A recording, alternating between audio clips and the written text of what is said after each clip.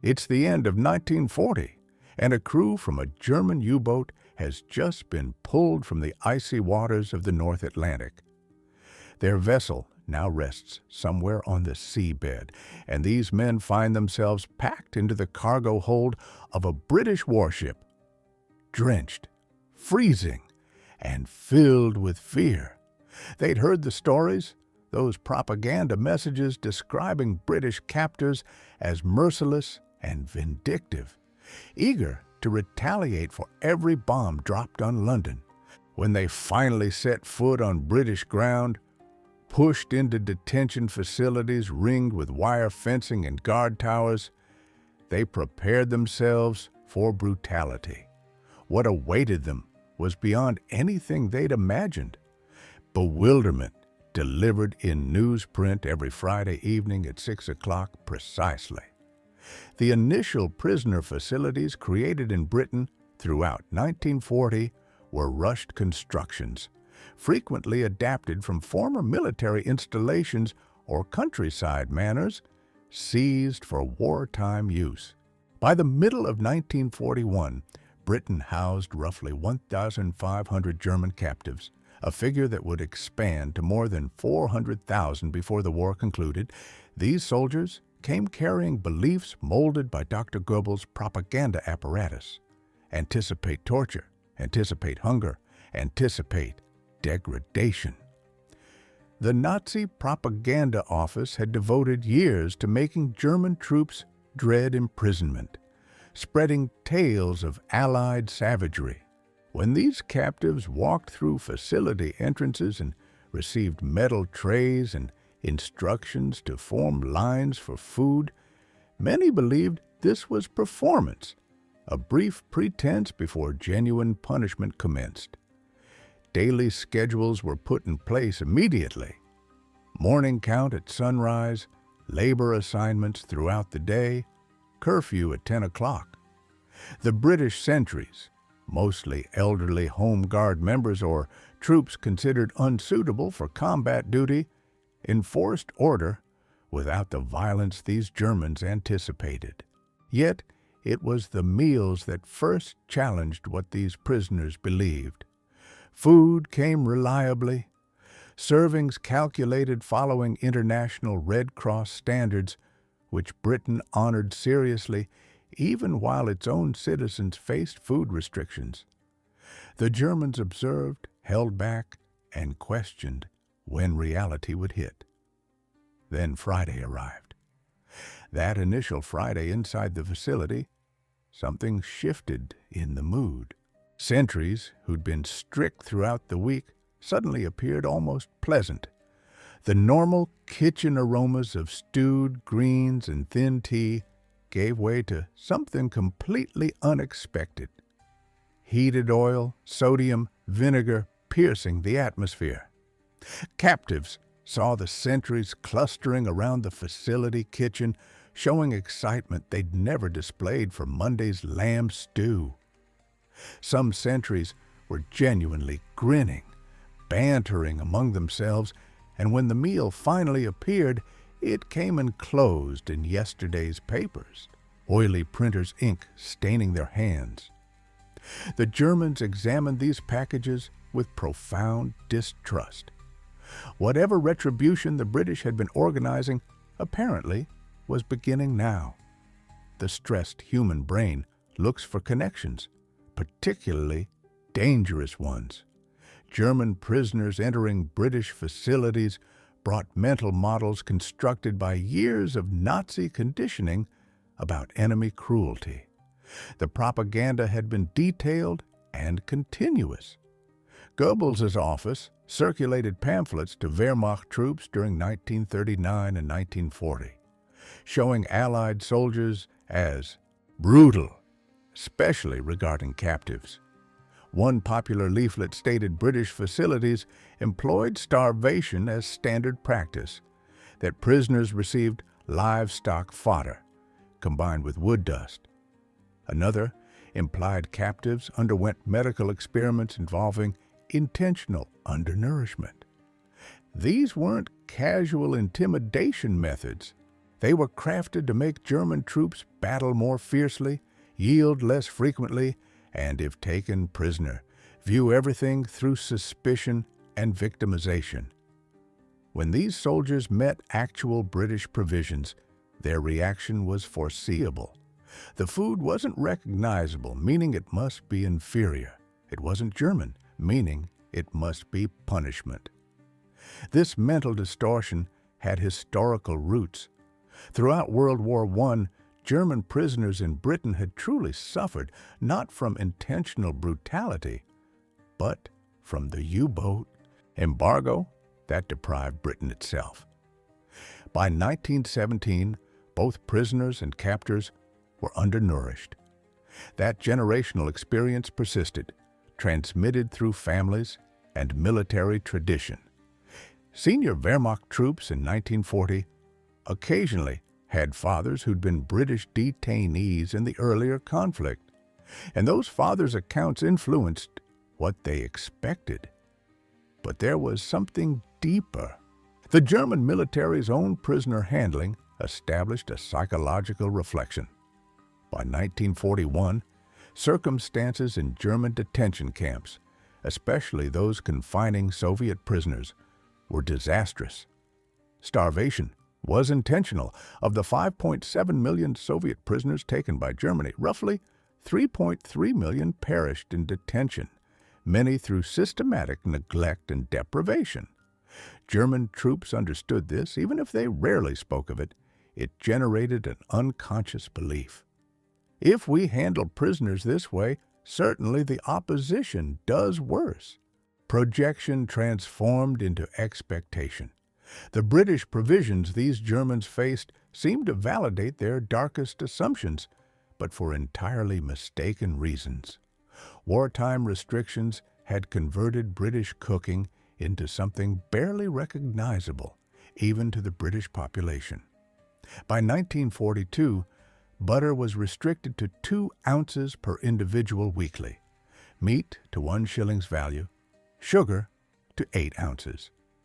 The Ministry of Food promoted dishes using powdered eggs, dried milk, and produce cultivated in every possible garden under the Dig for Victory initiative. What the German captives were consuming wasn't punishment provisions. It was identical food British households ate, occasionally superior, because the Geneva Convention required prisoners receive proper nutrition. Still, the Germans couldn't interpret it that way. The boiled greens, the reconstituted tubers, the bread that tasted peculiar because it was extended with oat flour. Everything appeared calculated to break morale. They anticipated the cruelty intensifying, the facade collapsing. They didn't understand the British were simply providing them British meals, cooked the British way under British wartime limitations.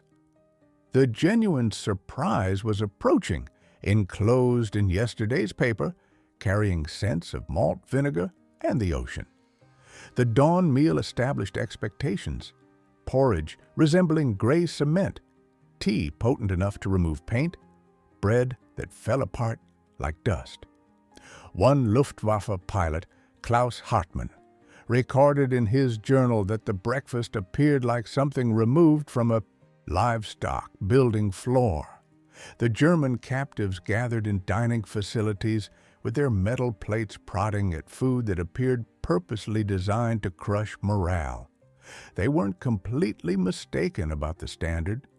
British wartime cooking had earned its reputation for being dismal, but they misjudged the purpose. Midday brought cooked vegetables, abundant cooked vegetables, carrots, turnips, parsnips, cabbage, everything cooked into submission until they abandoned any claim to taste or consistency. The British kitchen personnel, frequently local female volunteers, adhered to Ministry of Food instructions strictly. Overcooked produce was deemed safer, easier to digest, even patriotic. One instruction card from 1941 recommended cooking cabbage for 25 minutes. 25 minutes. The Germans, familiar with sauerkraut possessing genuine bite and firmness, looked at these colorless, soft vegetables and saw proof of hostile intention. Several prisoners initially declined eating, certain the food was contaminated or deliberately ruined. Then the truly confusing items emerged. Spotted Dick showed up on the schedule in October 1940 at Camp 100 Tanks in Lancashire.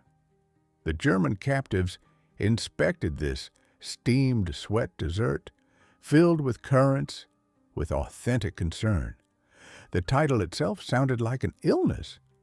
The consistency, compact, weighty, vaguely sugary, didn't match anything in their culinary knowledge. Was this nourishment or construction material? A Panzer commander named Friedrich Weber allegedly informed a sentry he'd prefer execution to consuming something called dick. The sentry, a Yorkshire farmer, laughed so intensely he needed to rest. He clarified it was dessert, customary. His own mother prepared it. Weber stayed doubtful. Powdered eggs created another source of serious mistrust. The Americans had transported tons of dehydrated egg powder to Britain through the Lend-Lease program beginning in 1941, and it became fundamental to wartime cooking. British cooks could turn this yellow powder into something vaguely egg-shaped, but the consistency was incorrect. Too rubbery, the flavor was off. Slightly metallic, faintly chemical. German prisoners who'd recently consumed fresh eggs from requisitioned Polish farms looked at these reconstructed eggs with revulsion. Some believed they were consuming industrial products, potentially hazardous. One captive, a submarine engineer named Hans Dietrich, maintained for 3 weeks that the powdered eggs were definitely some form of rubber compound, possibly meant to induce digestive problems.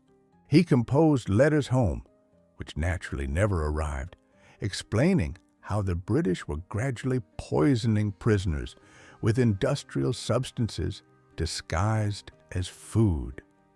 His proof? The eggs bounced slightly when dropped. Actual eggs didn't behave that way. His reasoning seemed sound until a British sentry, tired of hearing this theory, cracked open the powdered egg container and consumed a spoonful dry to show it wasn't toxic. Dietrich observed in fascination as the sentry didn't perish. The sentry then clarified that British civilians, including his wife and kids back in Manchester, consumed identical powdered eggs daily. They weren't thrilled about it either, but nobody was dying. This information destabilized Dietrich's entire framework.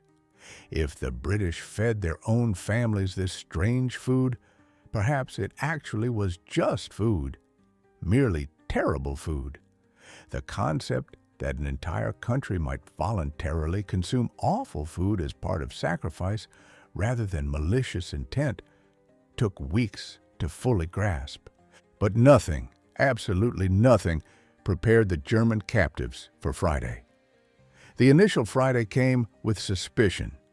Sentries appeared unusually positive.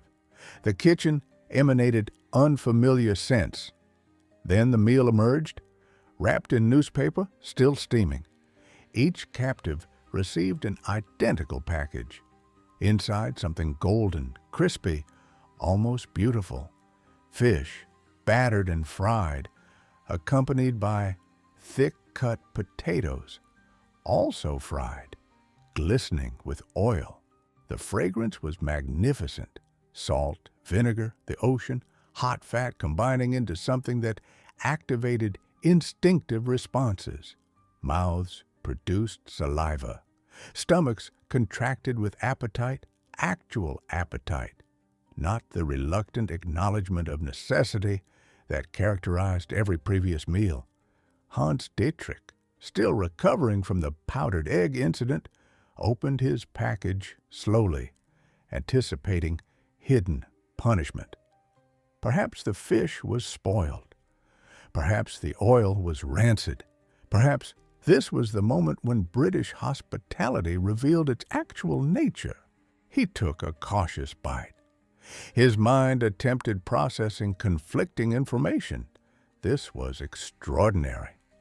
The fish was properly cooked, the batter providing satisfying resistance before revealing tender white flesh beneath. The chips, what the British termed their fried potatoes, were flawlessly textured. Crispy exteriors, soft interiors, seasoned with precision. The vinegar added sharpness that enhanced rather than overpowered. This wasn't punishment food. This was legitimately good food. Throughout the facility, similar realizations occurred. Captives who'd braced for another test of endurance instead found themselves genuinely enjoying a meal.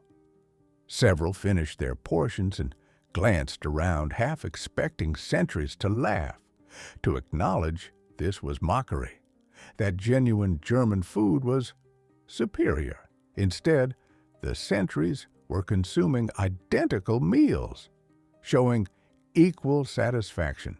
One British sentry, a former fisherman from Cornwall, observed the German confusion and grinned. "It's Friday, mates," he announced. "Fish and chips, British tradition. We consume it, you consume it, every Friday, no variations." This straightforward statement carried implications these captives needed time to process. They were eating identical food as their captors, not inferior versions, not punishment rations, the exact same meal.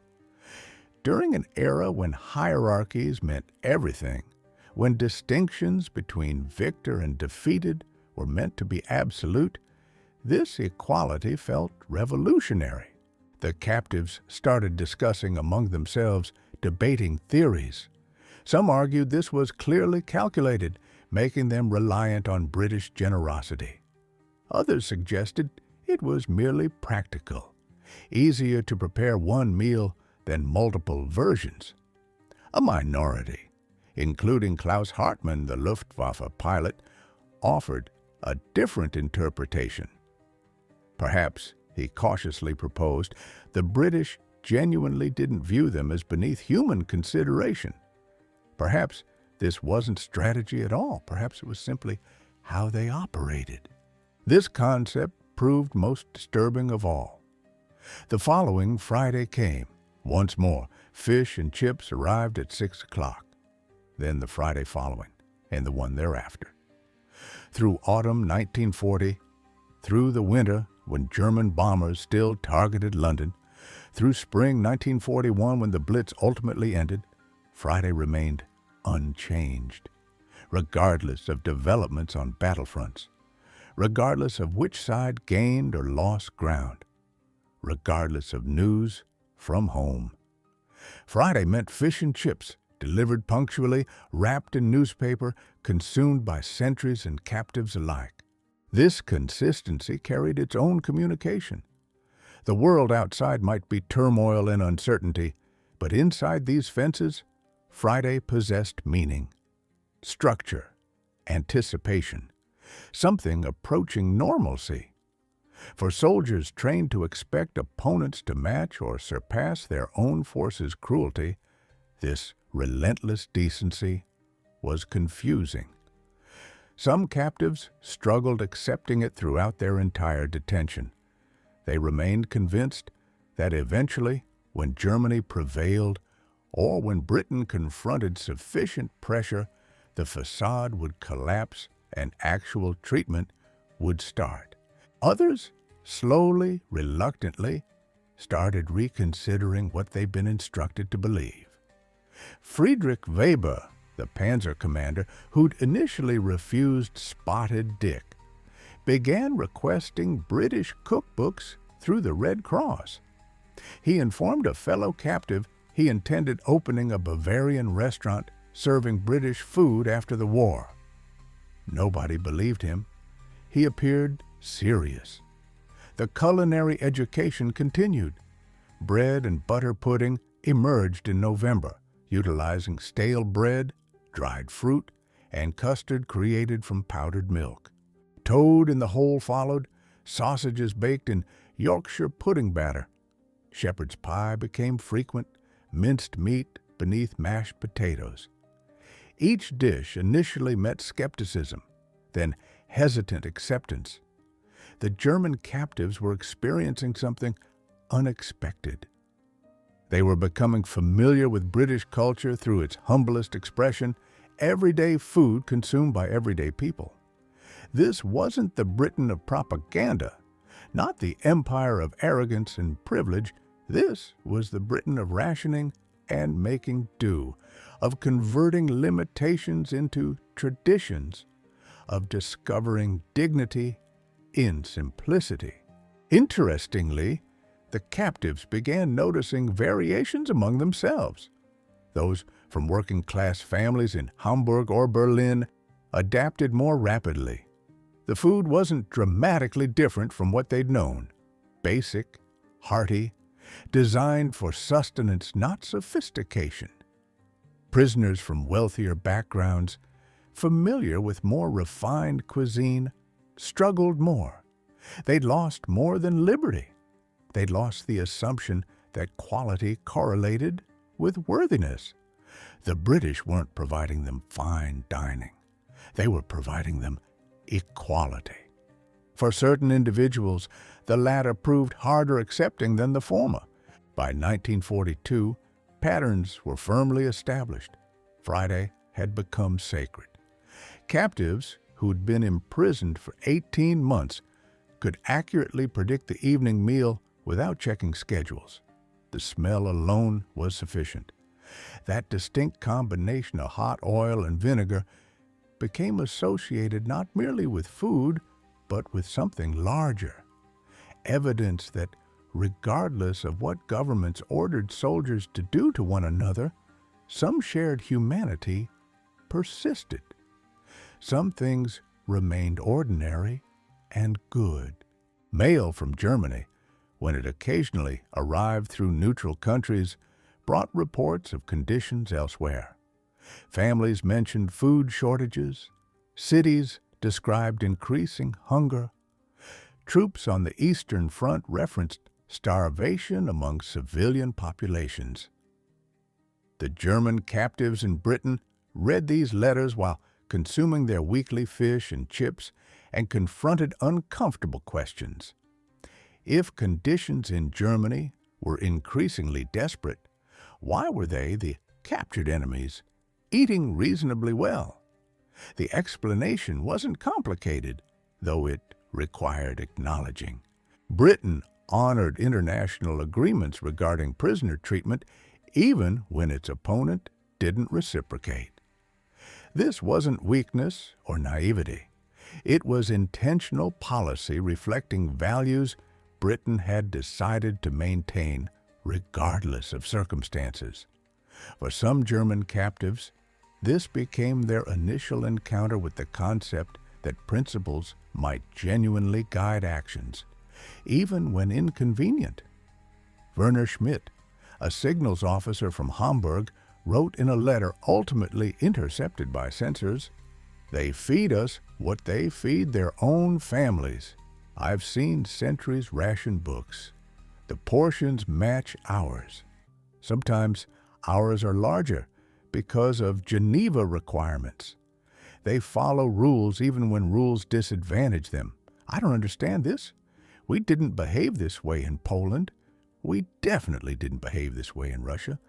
What type of individuals are these?" That question occupied many captives as years progressed and their detention extended. What type of individuals indeed? The reply was simultaneously simple and complex. They were individuals who decided that how you treat your enemies reveals who you are. Meanwhile, the Friday tradition expanded beyond mere eating.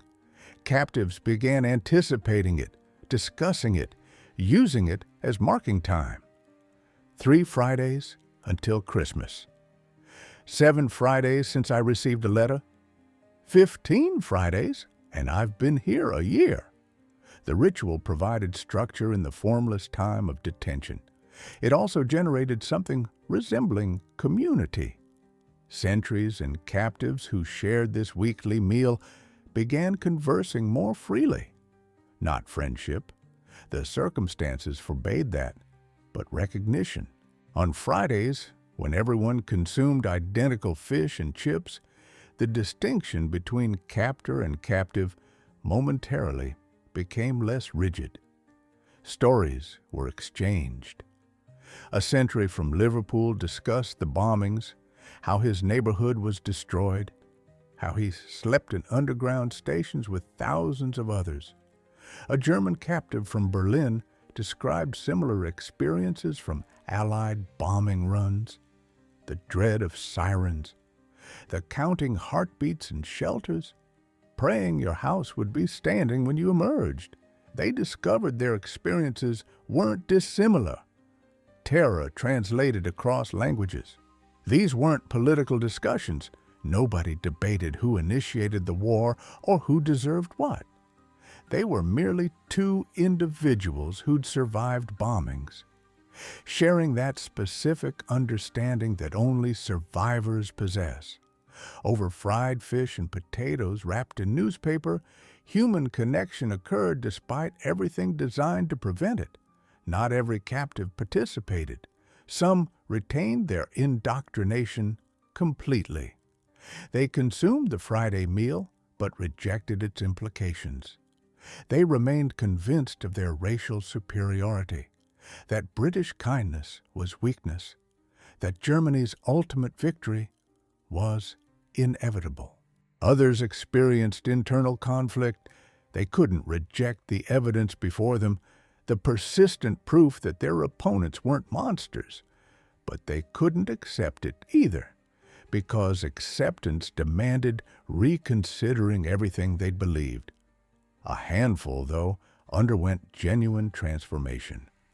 These were frequently younger soldiers, late teens or early 20s, who'd been enlisted into Wehrmacht straight from Hitler Youth programs.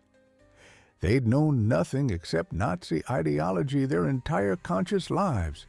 For them, the Friday fish and chips became something approaching revelation. If they'd been mistaken about this, about how enemies treated prisoners, what else might they have been wrong about?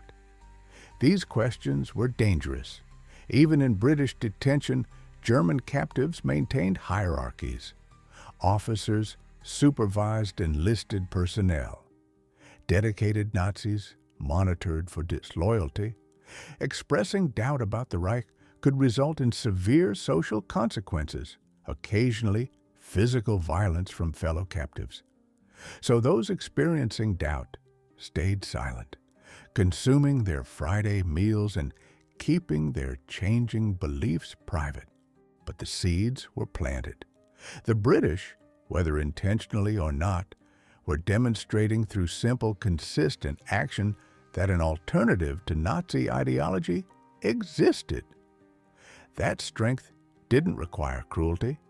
That victory didn't require dehumanizing the defeated. Some German captives in British facilities came from the Eastern Front.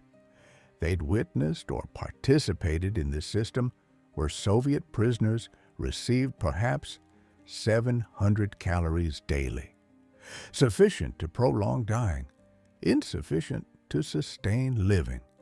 They'd observed men reduced to consuming grass, bark, anything to fill stomachs. When these same German troops arrived in British facilities, receiving 2,500 to 3,000 calories daily, the mental contradiction was profound. Hans Dietrich, the captive who'd suspected Friday fish was deception, had served in Ukraine in 1941. He wrote to a comrade captured simultaneously, now held in a separate British facility, "I cannot reconcile what I witnessed us doing with what they do to us. Either we aren't the men I believed we were, or they aren't the enemy I was told to combat." The philosophical distinction ran deeper than calories. British facility commanders, following War Office instructions, operated on a concept. Captives remained soldiers temporarily held, entitled to dignity within security constraints. German doctrine on the Eastern Front operated differently. Captives were defeated enemies, their labor and lives subject to the Reich's requirements. This wasn't merely policy difference. It reflected fundamentally divergent perspectives on human worth during wartime. By 1943, as more captives came from North African campaigns, British facilities had developed sophisticated systems. Captives could arrange educational classes, present theatrical performances, obtain musical instruments through the Red Cross. Camp 186 in Lancashire formed a complete orchestra, 23 German musicians performing Beethoven for British sentries and German captives together. The same facility served fish and chips every Friday, without exception, through 1944. Even as V-2 rockets struck London, the contrast wasn't missed by the captives. Luftwaffe pilot Klaus Hartmann, who'd initially complained about porridge resembling livestock floor scrapings, wrote in December 1943, "We received better treatment as enemies than we provided conquered populations as victors." This awareness weighs heavily. I consider the Polish families whose residences we seized in 1939. Did we provide them food? Did we consider their Fridays? These were risky thoughts for a German soldier to document, even in a British facility. His letter never passed censors, but it endured in facility records, evidence of a moral accounting happening in real time. The fish and chips became representative of this broader dynamic. When British sentries and German captives consumed identical meals every Friday, it was a weekly illustration of a principle. We are not you. We do not deprive prisoners. We uphold standards even when our opposition doesn't.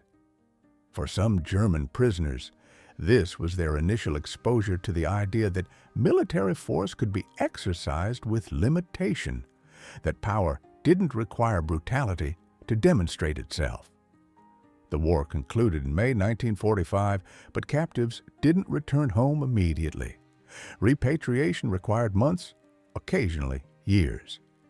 German prisoners remained in British facilities through 1946 and 1947, laboring on farms to address Britain's workforce shortage, assisting to rebuild infrastructure their bombers had destroyed. During this unusual interim phase, no longer opponents, not yet liberated, the Friday custom continued. By this stage, some captives had been consuming fish and chips nearly every week for 5 years. It had become their custom as much as Britain's. When repatriation finally occurred, some captives requested one final Friday meal before boarding trains to Dover. Facility commanders, many of whom had formed complicated bonds with their long-term charges, frequently agreed. At Camp 18 in Featherstone Park, Northumberland, the final group of German captives departing in February 1948 received fish and chips wrapped in newspaper for the trip home. Sergeant Roberts, who'd served at the facility since 1941, shook hands with men he'd supervised for 7 years. "Don't forget your Fridays," he instructed them. Multiple captives acknowledged they'd missed the routine more than anything else about detention. The decades following brought unexpected developments. Throughout the 1950s and 1960s, former prisoners began returning to Britain as visitors. Some came seeking the battlegrounds or memorials. Others came specifically looking for the fish and chip establishments nearest their former facilities. Werner, the signals officer who'd requested British cookbooks, never did establish his Bavarian restaurant. post-war Germany had more urgent concerns than introducing British fried food. But he returned to Britain in 1962 with his family. They traveled to Derby, found the shop that had provisioned his facility, and ordered cod and chips. His daughter Greta later remembered her father crying quietly as he ate, though he couldn't or wouldn't clarify why. Hinrich Vogel, who'd written his wife about sentries and captives consuming identical meals, became a school teacher in Stuttgart after the war. He taught English and history, and annually he'd inform his students about Fridays in the facility. In 1971, he arranged a school excursion to Britain. The official reason was educational. Tower of London, Stratford-upon-Avon, the standard curriculum-approved locations. But Vogel's actual objective was introducing his students to fish and chips. He brought them to a shop in Lancaster near where his facility had been and purchased fish and chips for 30 German teenagers. They ate on a bench outside, newspaper grease marking their hands, vinegar sharp in the autumn atmosphere. This, he instructed them, is what showed me that adversaries are created, not born, and what is created can be unmade. Academic research followed decades later.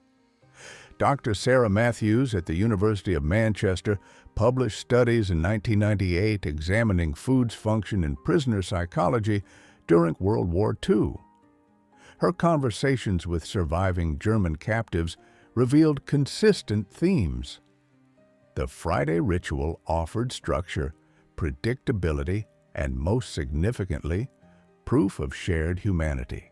One participant, Joseph Klein, informed her, "When you consume the same food as your sentry, you cannot sustain the illusion that you are different species of beings.